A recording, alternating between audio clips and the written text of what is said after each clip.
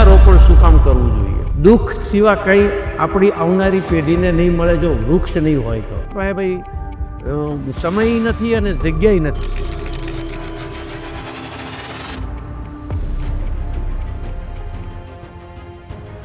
નમસ્કાર મિત્રો, શુભેચ્છા સદભાવના ધામના હર કોઈ કાર્યકર્તાઓને. મિત્રો, બહુ સારો કોન્સેપ્ટ છે કે વૃક્ષારોપણ શું કામ કરવું જોઈએ.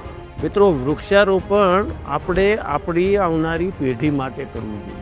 આપણે ખરેખર આ દેશમાં આપણે જતા રહીશું તો વારસામાં દુઃખ સિવાય કંઈ આપણી આવનારી પેઢીને નહીં મળે જો વૃક્ષ નહીં હોય તો. આપણે છેલ્લા ઘણા વર્ષોથી વૃક્ષને પરેશાન કરવાનું કામ કર્યું છે. હજી બી આપણી પાસે સમય છે. આપણે સૌ સાથે મળી આ સદભાવનાને સપોર્ટ આપીએ. શક્ય હોય તો આપણી હાથે કરીએ. આપણે પોતે આપણું આ ધરતીનું ઋણ ચૂકવવાની કોશિશ કરીએ. આપણી ઉપર આ ધરતીમાંનું ઋણ છે અને એ લઈને આપણે મરવું ના જોઈએ. આપણે બધા જ પોતાની જવાબદારી એક નાગરિક તરીકેની સમજી અને વૃક્ષારોપણમાં જોડાઈએ. ઘણા પાસે પ્રશ્ન હોય કે મારી પાસે ભાઈ સમય નથી અને જગ્યાએ નથી, તો સદભાવનાવાળા આખા ભારતમાં 150 કરોડનો ટાર્ગેટ લઈને નીકળ્યા છે.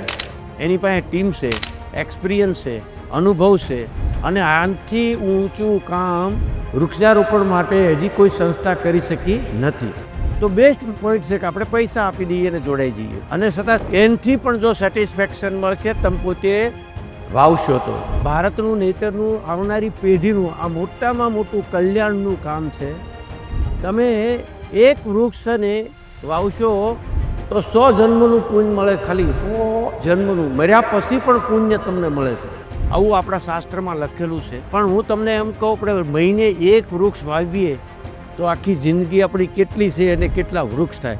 મિત્રો, આપણે 5 વૃક્ષ આપણને બાળવા માટે જોઈએ છે અને આપણે આ ઓક્સિજન લેવા માટે આપણે કેટલા વૃક્ષોનું યુઝ કરીએ છીએ તો એ આપણે જીવી શકીએ છીએ આ ધરતી ઉપર. આપણને કોરોના આવ્યો, ખબર પડી કે હવાની કે ઓક્સિજનની શું કિંમત છે. તો મિત્રો, આ સંસ્થા સાથે જોડાઓ, પાણી બચાવો અને વૃક્ષ બચાવો.